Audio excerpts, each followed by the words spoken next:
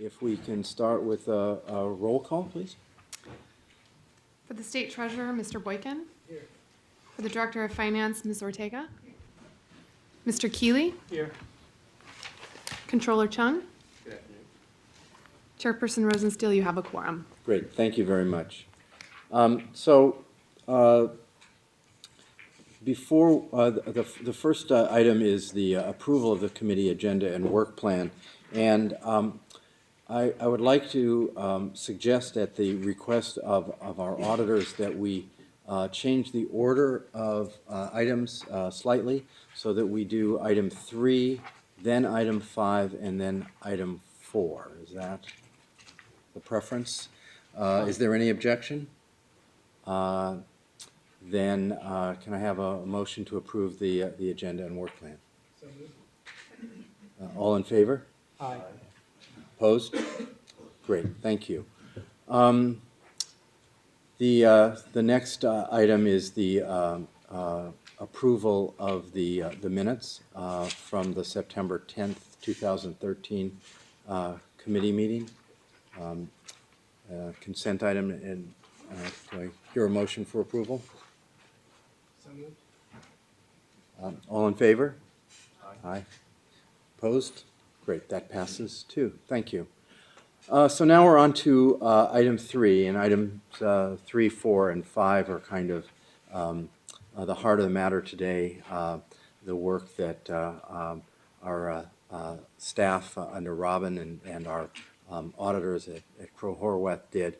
And so first of all, let me start by expressing a great degree of appreciation and thank you for the fact that we are sitting here today in November reviewing the audited financial statements that with a clean opinion in a year when we went through some major transitions to to use the new accounting system. And so I know, and we'll talk about this a little bit as we go through the agenda, but I know that people worked very, very hard, that there were some additional challenges, and that everybody, Robin, all of her staff, anybody from Robin's staff who might be watching this upstairs, thank you.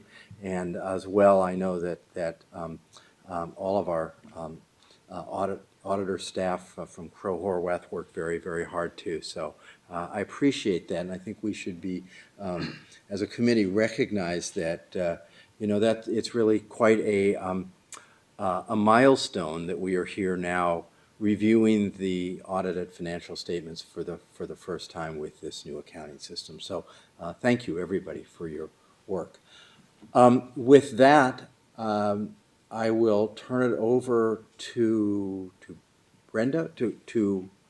Are you Robin, Marianne going to introduce it, or how? I know we're eventually going to get to. Thank you, Mr. Chairman. I would like to ask an additional request is that our auditors be able to present all 3, 4, and 5 before you cast in your votes, if that's all right with the committee, so they can present it as in totality. And with that, I would like to introduce Brenda Torres as our engagement partner with Crowe-Horwath, and I will ask if she will introduce her engagement team this year. Thank you. As Marianne stated, I'm Brenda Torres. I'm the signing partner on the engagement. This is the 3rd year that Crowe has performed the audit for CalSTRS.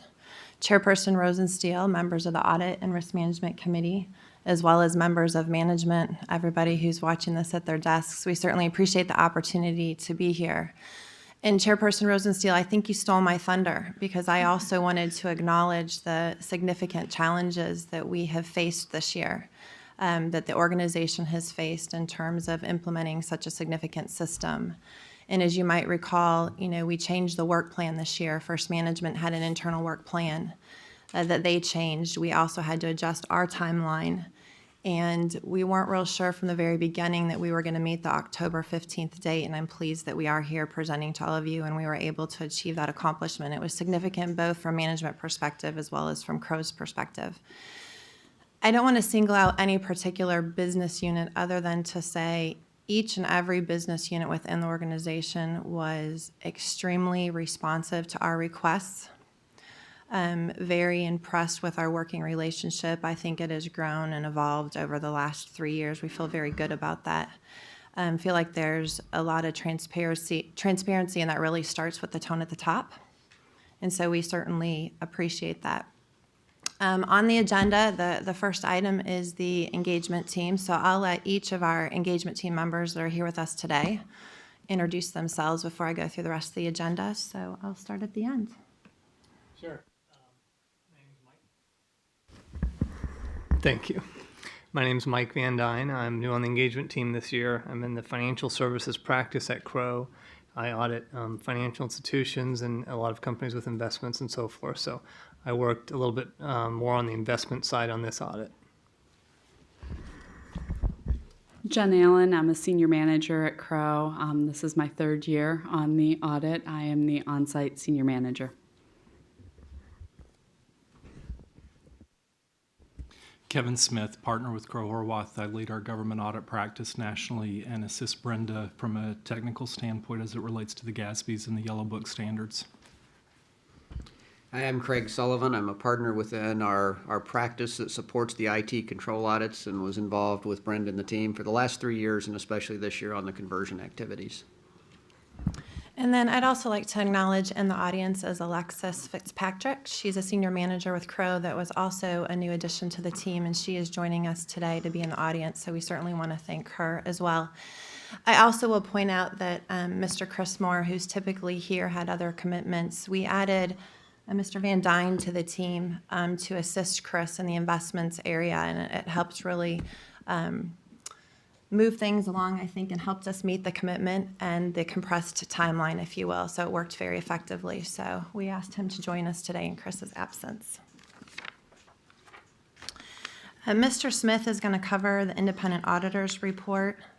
Ms. Allen is going to go through the required communications under SAS 114. Mr. Smith is also going to spend some time on the new accounting standards. So we'd like to be able to get through those agenda items because we anticipate that much of the time is going to be spent on the report on internal controls, which I'm going to cover along with Mr. Sullivan. Consistent with prior years, I would tell you that we welcome your questions and your interaction throughout our presentation, so certainly feel free to interrupt or ask a question. We'd be happy to address anything that you need. And with that, I think I'm going to turn it over to Mr. Smith. Thank you, Brenda. Beginning on ARM 17 is our opinion, and I point that out that it is ours. It's the only thing embedded within the financial statements that is ours. The financial statements themselves are owned and prepared by management, which is appropriate. We performed our audits in accordance with both generally accepted auditing standards, which is promulgated by the AICPA, as well as government auditing standards from the U.S. Comptroller, so at an additional level of audit assurance. Want to point out that it is a difference in presentation from opinions that you've received in the past. That has absolutely nothing to do with CalSTRS. It's AICPA was something you might hear referred to as their Clarity Project, which was to bring the auditing standards more in line with international auditing standards as well.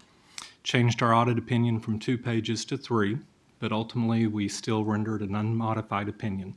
In years past, you may have heard it referred to as unqualified, just purely a change in wording, but we've reached an unmodified opinion, which means that we believe that your books and records support the financial statements and that they are in fact prepared in accordance with generally accepted accounting principles. We have included 2 emphasis paragraphs, which are consistent with prior year. It does not mean it does not go down a going concern path or anything related to that. It is purely an aspect of saying there's something embedded within the financial statements and or disclosures that we believe it important enough that if someone was to only read our opinion, it would point them in the direction of you need to obtain additional information. Again, that was on the funded status of the plan. It continues to be at a level that we think that we need to provide the emphasis paragraph, as well as the hard-to-value assets. Primarily, the balance sheet drives the audit focus of the audit of CalSTRS. Embedded within that are the real estate the real estate and the private equity, which is based primarily upon general partners valuation techniques, and then supplemented by management reviewing those, concurring or disagreeing with the valuation, and then ultimately us auditing as well. But it is somewhat soft compared to other valuation aspects of things upon your balance sheet, and it is relatively significant to the overall presentation, so we draw the reader's attention to that as well. But again, an unmodified or an unmodified opinion, and we believe that the financial statements are appropriately prepared and supported by the books and records. Ms. Allen? Thank you, Mr. Smith. I'm now going to walk through some required communications from the auditor to those charged with governance, and this requirement is under SAS 114. I direct your attention to ARM page 105. On ARM page 105, we start by talking about the auditor's responsibilities under auditing standards generally accepted in the United States of America, as well as our responsibilities under government auditing standards. As Mr. Smith indicated, it's our responsibility to express an opinion about whether the financial statements are free of material misstatement, and we expressed an unmodified opinion in those areas.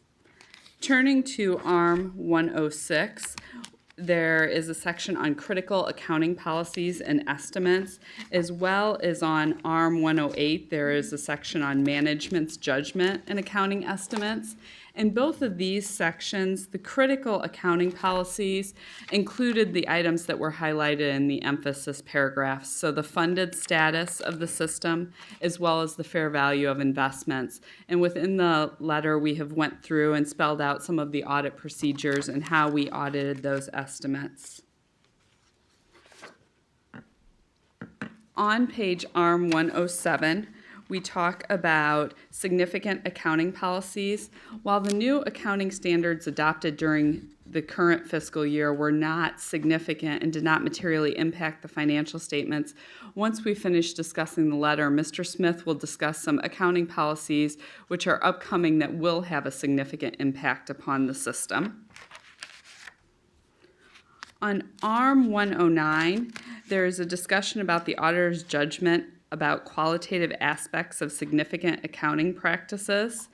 In this section, we discuss the fact that the accounting policies used appear to be appropriate and transactions were recorded in the appropriate period, as well as the fact that the financial statement disclosures were consistent with the disclosures from the prior year and did not contain any noted bias. We also, in this section, document that we did not note any material unusual transactions. On page ARM 110, we discuss our independence from the system, as well as the fact that we did not identify any material corrected or uncorrected misstatements. Then beginning on the bottom of page ARM 110 and continuing on to page ARM 111, there are some other items that we are just required to bring to the committee's attention, and we have laid those out and be happy to answer any questions on those, but did not intend to read through each of the items. So those are our required communications, and at this point I'll pause if there are any questions on this letter before transitioning to Mr. Smith to discuss the new accounting guidance. Seeing none from other committee members, I would just like to ask a little bit about the discussion at the top of ARM 111 about the significant difficulties encountered during the audit. I'm assuming that these were difficulties that were overcome, that they didn't end up affecting your conclusions with respect to the financial statements. Is that right? That is correct. And so were these mostly related to the conversion to the new system? Are we likely to, I don't know if you can project towards next year, but I mean, were these issues that specifically arose primarily because we were transitioning to the new system? I'll go ahead and address this question. I think when you look at the nature of the difficulties that we encountered, and I would agree with you, we're able to overcome those difficulties. I think what we're trying to express to all of you are just the challenges both management faces as well as the auditors face in terms of preparation and gaining all the records and data that we need in order to complete the audit. The information that's referred to relative to demographic data, information from START, the school district audits, those sorts of things, that's certainly probably going to continue to be a challenge on a go-forward basis, as well as the compressed timeline. So this year we had a slight modification in that, both for management as well as for Crow. I think the expectation is that we're going to go back to the timeline that we worked under in the previous 2 years, which would be to issue by the end of September. So, we've had discussions with Ms. Madsen about, I think, some changes that they want to make relative to estimating the fair value of the private assets, if you will. But historically, waiting on some of that data relative to making those adjustments for those assets has increased it's compressed the timeline in terms of, that's a big area in our audit, if you will. And then obviously there was a significant conversion. So they'll be in a post-implementation stage and what I'll call, stabilization period, if you will. So we would expect that to be better in the future. Anyone want to add anything? Did that address your question sufficiently? Yes, thank you. Go ahead. I think at this point, Mr. Smith, I will hand it over to you to talk through the new accounting standards. Chairman, your last question, looking forward to next year, will we continue to expect these type of challenges? Much like the implementation of Business Direct, we face another significant challenge in the upcoming fiscal year.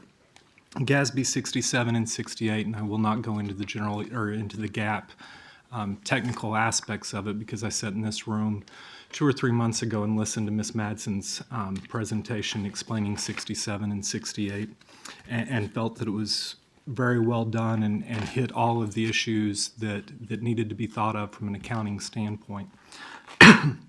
Excuse me. But one of the things that I do want to bring to your attention is ultimately this is going to be a very significant liability as we push this unfunded liability out to the school district's balance sheets. With that being said, it's in most cases going to be the most significant number on their face of the financial statements. And the last thing that CalSTRS or any other system similar to CalSTRS wants is 1,600 audit firms knocking on the door saying, please provide me access to all the demographic data. We've got to perform our audit test work so that we can opine upon the school district's financial statements.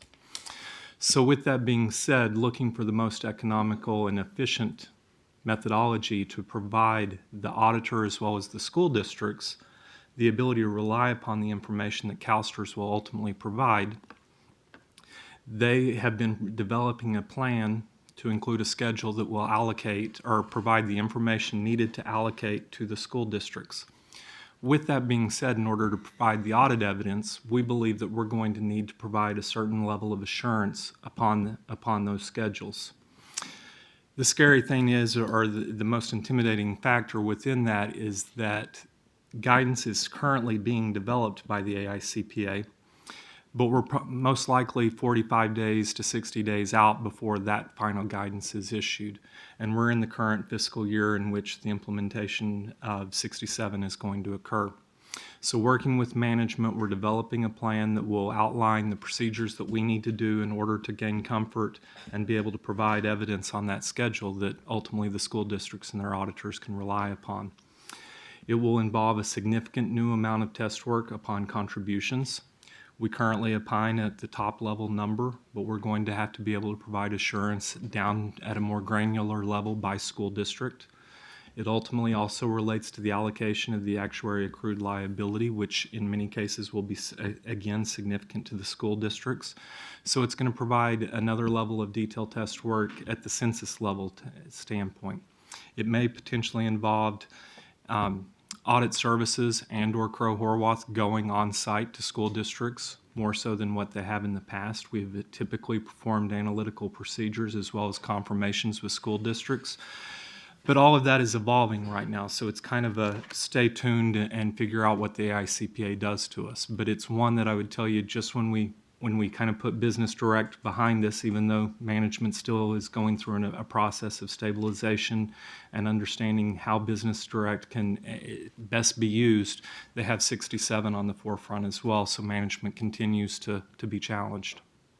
And with that, and then the concept statements regarding measurement of assets and liabilities, the GASB is going down a path very similar to what the FASB has previously done. That we're still 2 or 3 years out from that, but will also provide a level of detail that the management will be forced to, or will be required to disclose. It will also most likely be very burdensome to management as well. So again, several standards upcoming, one next year. 68 will be which impacts the school districts, will be effective the following fiscal year.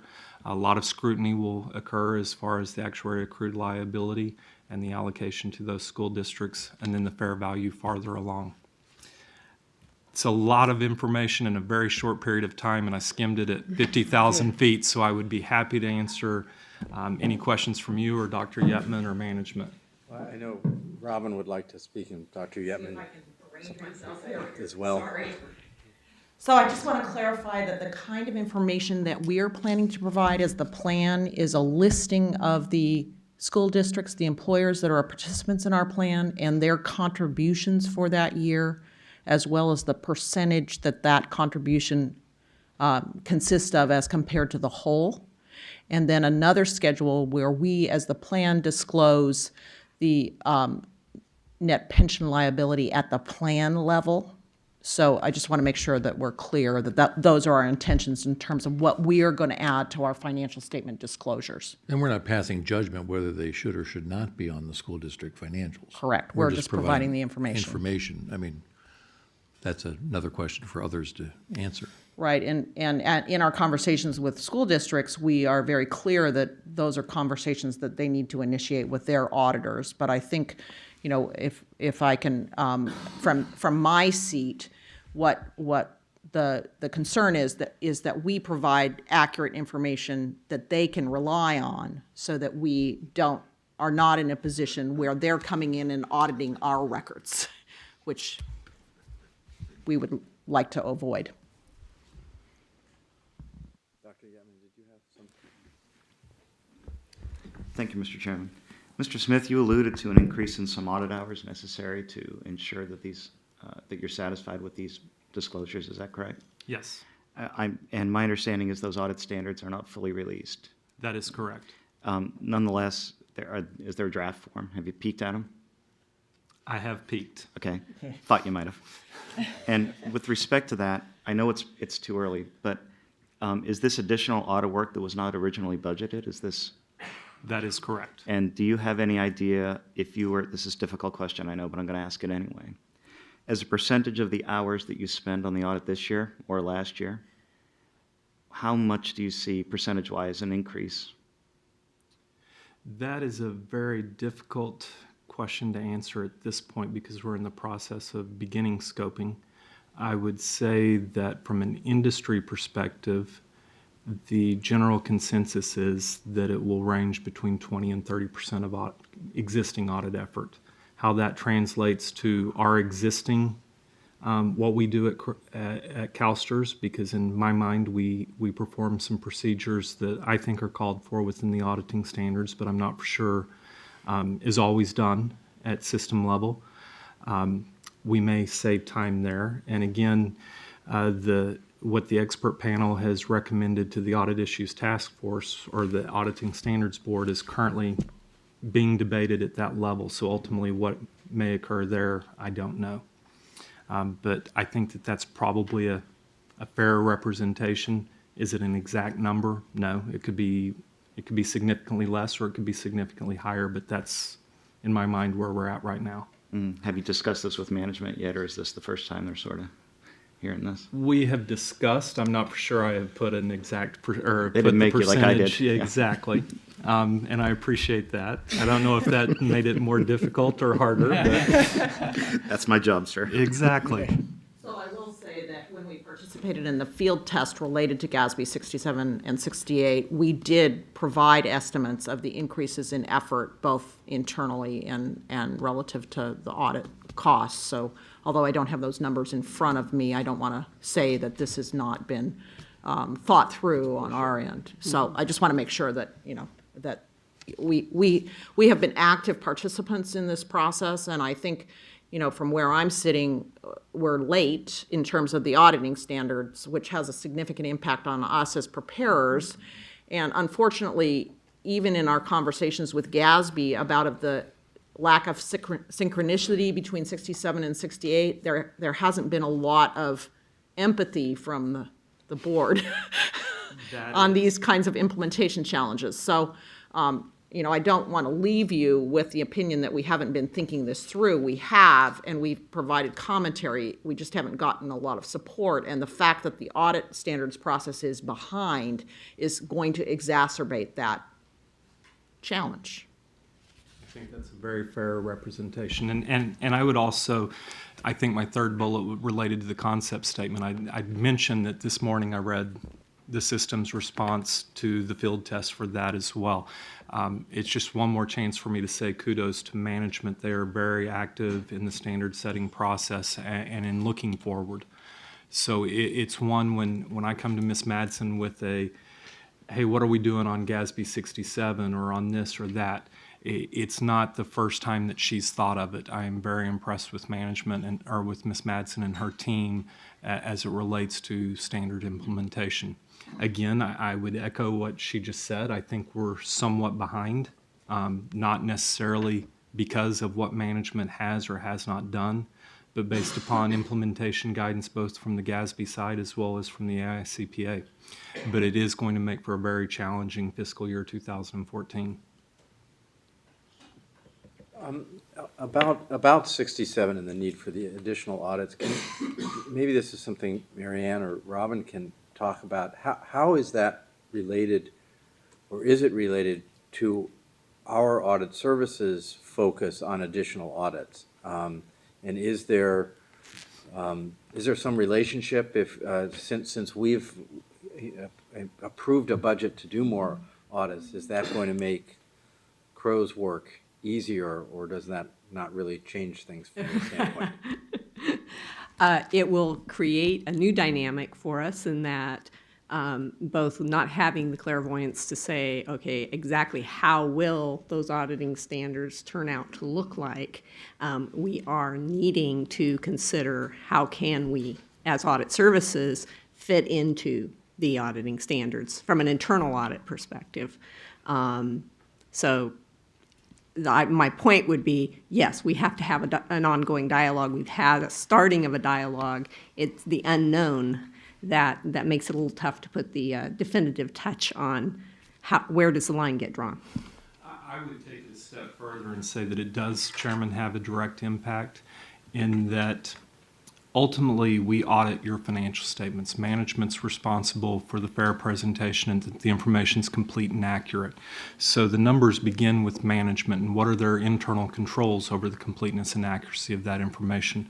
What makes the actuary accrued liability so difficult is that it's an estimate based upon member data. And in a lot of respects, the system owns the information for the inactives and the retirees, but the information as it relates to the actives is owned by the various school districts. So the very first question that we'll have to wrestle with is what is management's internal controls over ensuring the completeness and accuracy of that information. And all of the additional field work that audit services will be doing will not only serve as the internal control, but provide validation from a substantive nature to us as well. Will we ultimately have to subtest, possibly perform some procedures on our own? I think that's probably likely. But with that being said, it has a direct impact as to the amount of work that we'll be required to do. Because again, when we're able to rely upon internal controls, we reduce our substantive test work. If we're not able to rely upon internal controls, we increase our substantive test work.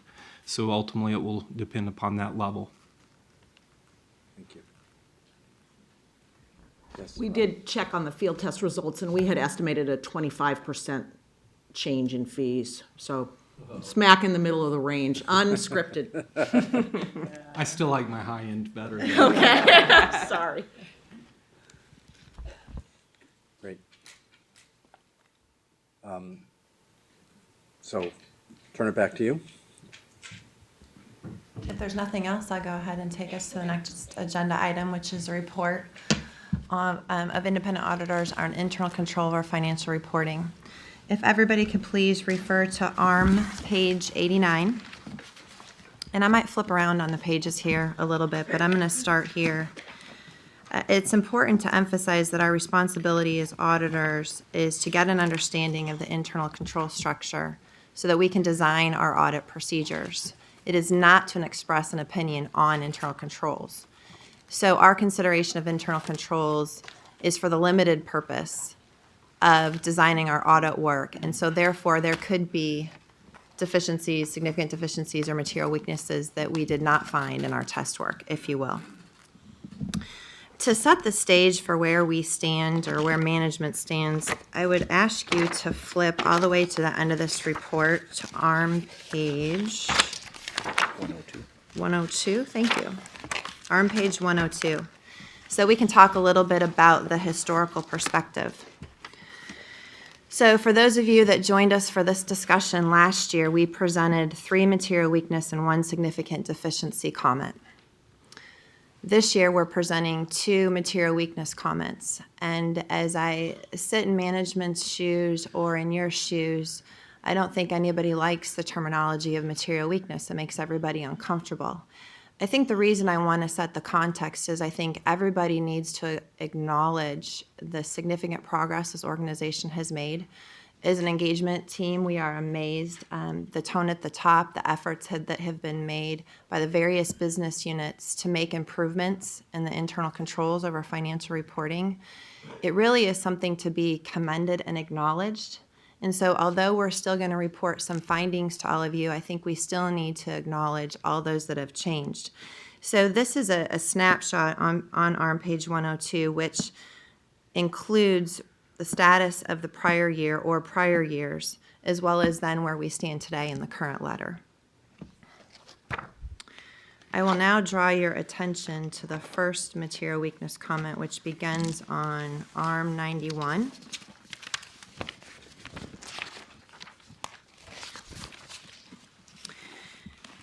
So each comment obviously is fairly lengthy, where we talk about criteria, condition, context, cause, effect, and our recommendation. For purposes of this discussion, I'm going to focus on the context section of this particular comment. And what I will tell you is internal controls over member data, I think Mr. Smith framed it very well when you talked about the responsibility of the data and the inactive data, or the inactive members and the retirees, and the responsibility, for that data being with management, if you will, or with CalSTRS, and then getting a lot of the information from the employers as it relates to the active data. I will tell you that although there's a material weakness in this particular area, I'd like all of you to acknowledge within our context the improvements that management has made.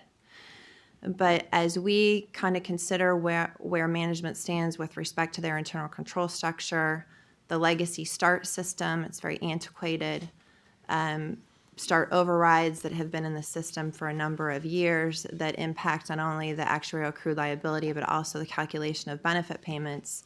I think management is going to be challenged to overcome this material weakness until there's an implementation of a new pension administration system. Much of the context that's included here is actually very consistent with what we've reported in prior years, if you will. And much of the context focuses on member data, the START system, as well as the school district audits. And as it relates to your question regarding the school district audits, I think in evaluating the plan for the school district audits versus the results of those audits and the number of audits that are completed annually is part of our concern, which we have included here. So with that, I will certainly open it up to questions related to this particular comment before I turn it over to Mr. Sullivan. Irena? I had a question. It's on discussion on R94 about, it's in the section of, with the views of responsible officials. And just at the top there, there's a discussion of the need for additional legislative and regulatory action in order to address obtaining data correction from employers. And I wondered what the specific changes are that are necessary, and this is perhaps a question for the staff to respond, and what the plan is for that, because the pension solution itself will not solve the problem of having incorrect data coming, and so that's. Yes, Ms. Ortega, I think it is appropriate for management to respond to that if management would like to. I can certainly offer perspective, but management wrote the response. Take a seat.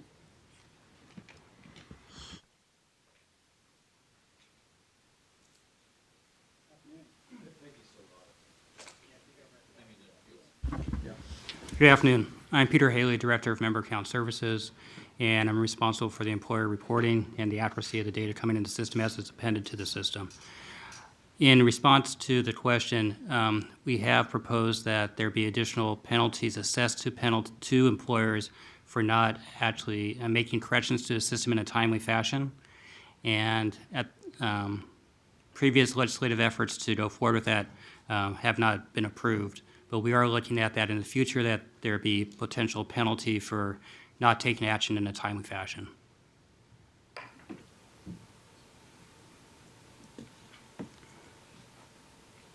Great. Any other questions? Bob. Thank you, Mr. Chairman. So just real quick, Ms. Torres, given what you said, and with the issue Ms. Ortega brought up, would you expect a material weakness such as this to persist? I think it's difficult to overcome a material weakness at this point in this particular area. So yes. Yes.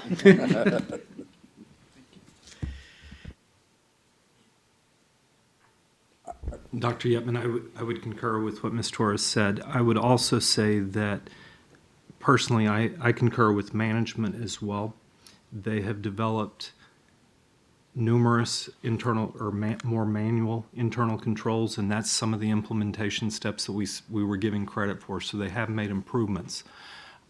Ultimately, though, they have also opted not to address system issues on on START with the idea of moving forward to a new pension benefit system.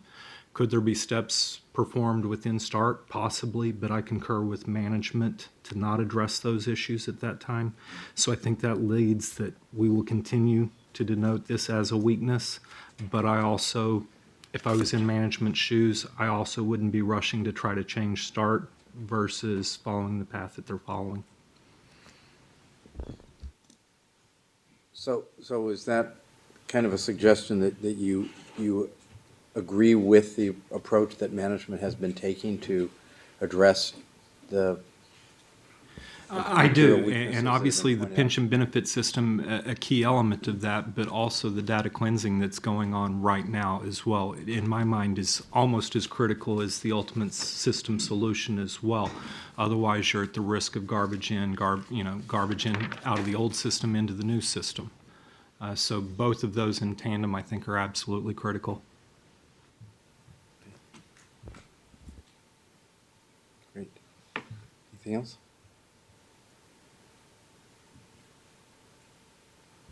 Okay, if there are no other questions, I'm going to turn it over to Mr. Sullivan, and he's going to cover the next comment. Well, as Ms. Torres mentioned earlier, this is really the year of transition as we walk through the conversion and the activities that we prepared for this audit. So in summary, as we were looking at the systems, we virtually had two key general ledger systems for part of the year, as well as the feeds to record those financial transactions were from existing subsidiaries that we looked at before. That would be the principal one, START, as well as what we get for the investment side for State Street Bank. And with those, many of these interfaces now have become more automated. And with the change to what is Business Direct, so if I'm saying too many acronyms, I'll have somebody in the audience hit me, or Brenda will as well. But with BD, as it's been referred to, many of those activities were in the process of being automated as the conversion went along. And there are still, as we anticipated this year, some comments from prior years were going to remain because we were still on 2 systems for this year.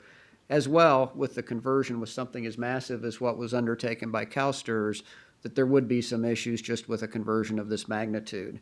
And what you see within the comment here, in the context that's over on page ARM 98, is really we do have a complex system that has come together that management's rolled out this year. And there were items then that are mentioned here within the comment, some of which taken individually may not rise to this issue, but combined, it became the material weakness that you see in the future. And I'll anticipate Dr. Yetman's question of, do we anticipate these for future, which I'm not looking at his notes, but I anticipate he would ask that. No, many of these we would see as going away this year as we move more into the year of stabilization. So the conversion was really impactful on many of these issues that were noted this year. And from a context standpoint, too, as we move to BD, many of the items that were manual spreadsheets and others that had controls based around the inputs of that information into the system now move to more of an automated interface. And there was extensive amounts of work, and Robin and Art and the team that's here have done many items to test those and to ensure that those were in place. And part of our audit procedures this year was really to go through those interfaces, understand those controls, and work so that we could rely on those controls to impact the way that we do our audit and our audit testing. And in future years, that will continue to allow some efficiencies there. But as we looked at that, many of those, the tests that were done, and the challenges with the business objects that were created in the reports to reconcile and work with the systems, you'll see various comments there. I did not want to go through the detail or we'd be here the rest of the afternoon, but to virtually give you that overview that many of these are being worked through with management. The responses that you see within the report make sense based on where we are with the conversion of this magnitude.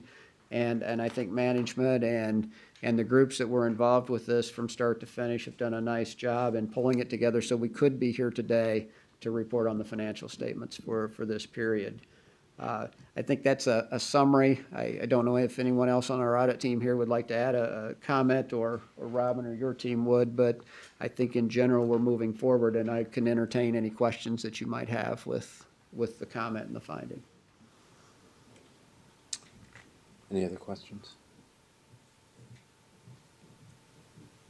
Okay. Is that the completion of the discussion then of the report on internal controls, or? It is. Because I have just a sort of a general question then.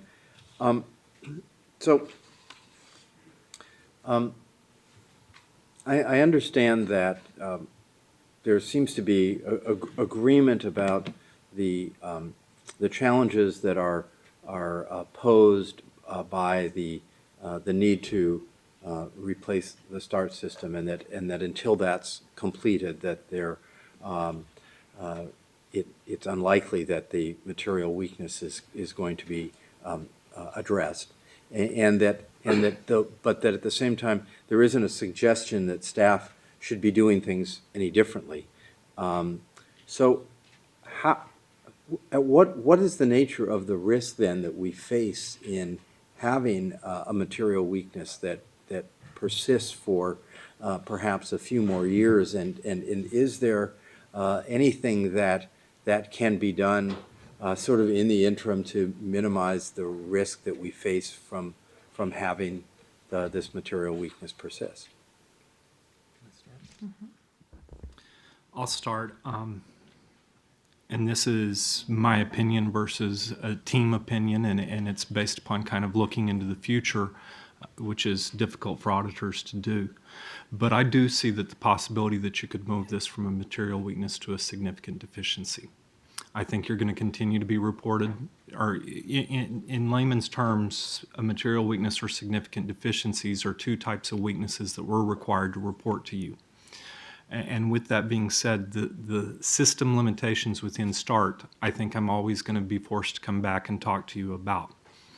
But with that said, they have made progress based upon some of the manual edits, some automated edits as well within the secured employer website, and a variety of things that Peter and his team has done. I would encourage them to continue to look for internal controls and ways to minimize the impact upon START. The school district audits that you referred to, because again, we're ultimately worried about the completeness and the existence, or the completeness, existence, or the completeness and accuracy of that member data. And again, recognizing that we have limitations within START, it means that we have to do some other controls that are critical. And in my mind, the school district audits being one of them. So it's that type of thing that the system can do to minimize the impact of the material weakness, potentially move it to a significant deficiency.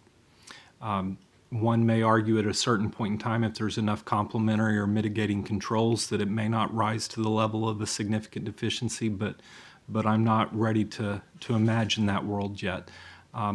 Again, I think the data cleansing, the school district audits, as well as improved edit checks, et cetera, are critical between now and the implementation of the new system. Staff agree with that? I think that the tension point, which I'm sure we'll face once the project is underway, is probably from the board's view is, can you do this project faster? And at this, the pension solution project, or should we slow it down and spend a little more time creating some of these intermediary solutions with more depth? I mean, that's going to be the tug and pull here, what we do. I think we've all agreed we're not going to do any significant enhancements to START. That really is flushing money down a toilet. But there still are other things that take people time that you could do to reduce that risk. But it may also impact then the timeline on our capacity to do the larger projects. So I think that's just the thing. I think we all have to be conscious of what we're trying to accomplish with the best speed. Harry? Thanks, Mr. Chairman. Mr. Smith, you referred to this issue as possibly becoming, moving from a material weakness to a deficiency. And you later then said that there could be mitigating controls. So my question is, what would those mitigating controls look like, and how long should we expect those to be implemented?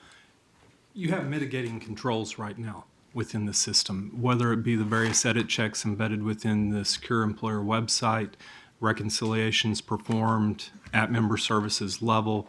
There will be information that comes out of Business Direct. As more information and robust data is fed into Business Direct, it's going to allow accounting and finance to perform more substantive analytic procedures on an ongoing basis, whether it be monthly or quarterly. So there's a variety of mitigating controls and compensating controls that can be put in place. Some already have.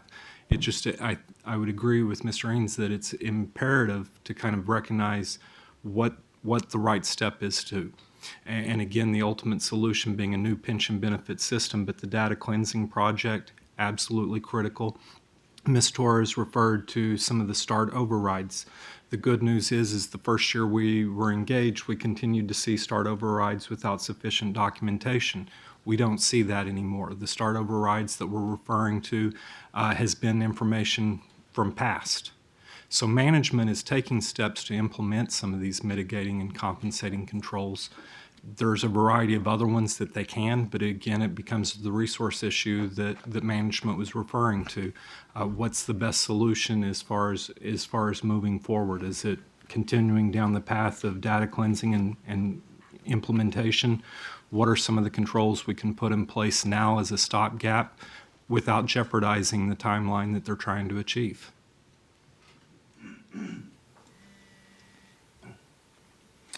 Great. Dr. Yetman, did you have? I think we're done on the, right? On the internal controls? Yeah, we presented our report, so we'd entertain any questions that you would have for us. Go at it. Thank you, Mr. Chairman. I lost my page already. I'm so absent-minded, but I come by it naturally. Is it 120? Yeah, there it is. Thank you, Mr. Chairman. So discussions of audited financial statements and material weaknesses always, it can certainly take on a dour tone and a serious tone, and that's appropriate. But I think there's a lot to celebrate in these financial statements and in this day. And so if I could, I'd like to take a minute to share those thoughts, if I may. So these discussions are my opinions are based not only on my own opinions, but discussions with management and discussions with the auditors. So starting with the fact that we have a set of financial statements here before us today. As you may recall, there was discussion at a prior meeting, perhaps even a placeholder for a meeting occurring a month later, that it wasn't at all clear that we would be here today. And so it's really cause for celebration to say, hey, here we are.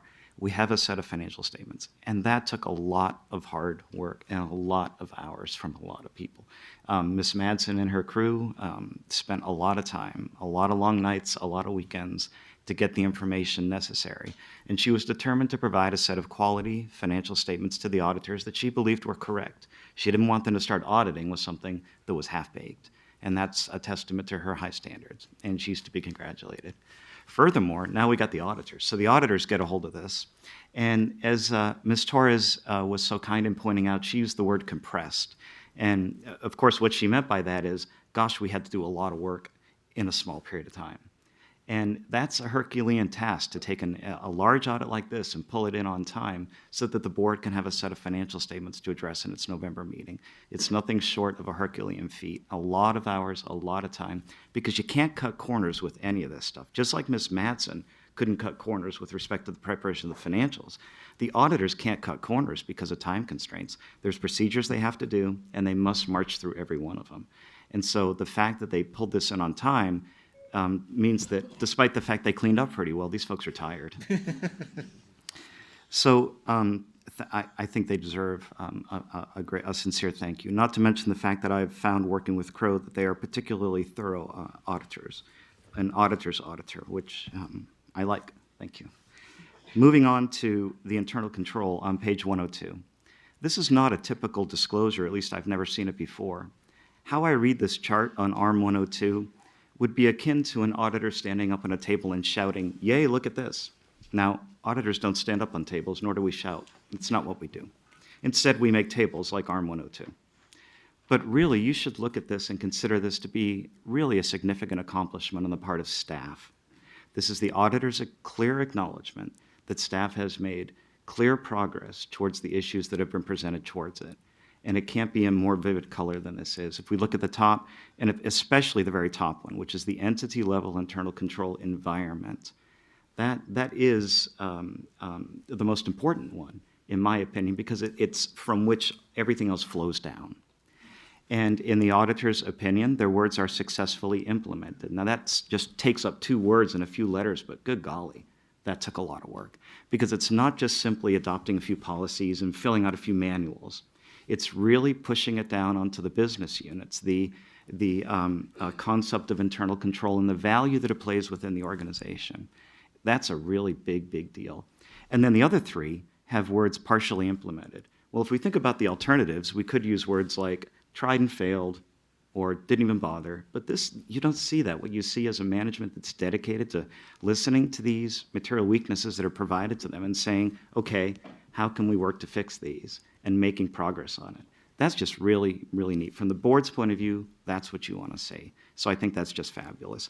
And I think the business units are to be congratulated for embracing the internal control structure. It can be hard to understand. It's not a lot of fun, and it can be distracting from the primary mission. For example, in investments is there to make investments, but they adopted this philosophy, and so did every unit. I don't mean to point out just one, but every unit said, okay, we're going to embrace this as part of the unit as a whole. And that is really to be commended because it's a Herculean task again. And then finally, if I want to finish with the tone at the top, that's where it starts from. It starts from a chief executive officer who says, I see the value in internal control, and I recognize that this is important for the organization. And that trickles its way down into everyone else. So this really is a story of celebration. Although it's not on pink paper and nobody's on a table shouting, I see a lot to celebrate here today. Thank you, sir. Thank you. May I add something? Yes. If you will. Dr. Yatman spoke to a dedication of management and tone at the top, which I wholeheartedly agree with. I think the level of transparency that we receive as auditors, and this is just an organization that is very dedicated to doing the right thing. And so as you talked about, Ms. Madsen and her team didn't compromise anything with respect to producing a set of financial statements. That's only one of many examples within the organization. It's an organization that wants to do the right thing. So I just thought I'd add that as well. Thank you. Yes, Robin. You know, my name has been used way too much in this conversation, and I want to make sure that I shout out to all the people both behind me in the room and upstairs through the building who have contributed to this process. So I've got 4 or 5 dedicated people sitting here who made this happen, and spent much of their life here, too much of their life here, in terms of producing the outcome that we're happy to have today. I also want to emphasize the cooperation that we get in preparing the financial statements from the various areas within the organization. We couldn't do this without support from the investment branch, without support from the benefits and services branch, without support from technology services, without support from audit services, without support from human resources. So I want to make sure that that I share with you the fact that I'm on point, so to speak, but I'm not really the person who makes this happen. It's all of us working together, and I want to make sure that I thank the people that support it. Great, thank you.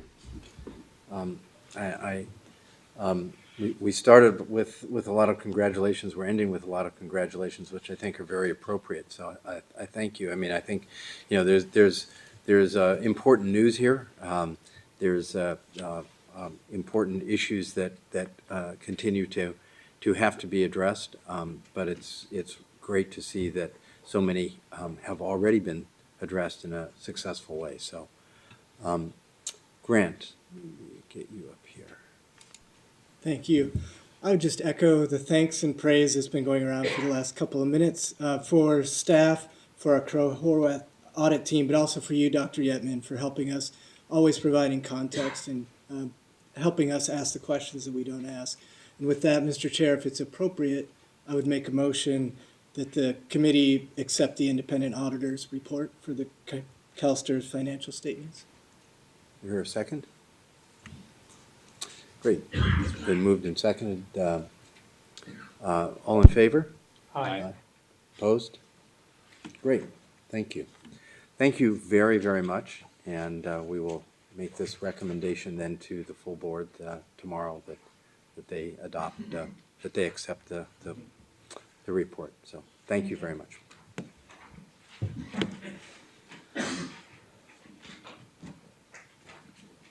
Okay, so moving on, item 6, the audit director's update. Mary Ann? Thank you, Mr. Chairman. I will be brief, but I wanted to update you on some current staffing changes that are happening in audit services. First of all, I'd like to introduce we have hired a new supervising manager over our employer audits units. I know that's been a topic of discussion. I'd like to introduce Mike Dutel. Mike, can you stand up? Mike joined us October 1st. He comes with an extensive audit background and most recently with our other pension system, CalPERS. He has hit the ground running. The subject of employer audits is not far up anybody's radar, and Mike is someone that I think is going to add a tremendous amount of important experience in that realm. So thank you, Mike. And second of all, I'd like to, I talk about comings and goings. Carlos Aguila, our internal audit manager, has announced that he will be retiring. So he will be retiring at the end of December. I want to personally thank Carlos for his efforts here at CalSTRS. He's been a great resource for us, and he will be missed. With regard to our ongoing planned work effort for fiscal year 13-14, we're only a quarter in, but our internal audit plan is on target. Our employer audits are proceeding with the staffing that we have. We have been recruitment for all the vacancies that we have. That's been challenging, but we continue to pursue them. At the February meeting, I will bring forward our formal status reports for the first 6 months. And at this point, we are proceeding with those internal audits and those employer audits. And at this point, I'm happy to field any questions. Great, thank you. Any questions from committee members? Thank you. No questions, thank you. So, item 7, review of information requests. Do we have any? Don't think so. Okay, great. Number 8, the draft agenda for the next committee meeting and opportunity for statements from the public. Is there anybody from the public who would like to speak? Okay, seeing none, then I think we're adjourned. Thank you very much.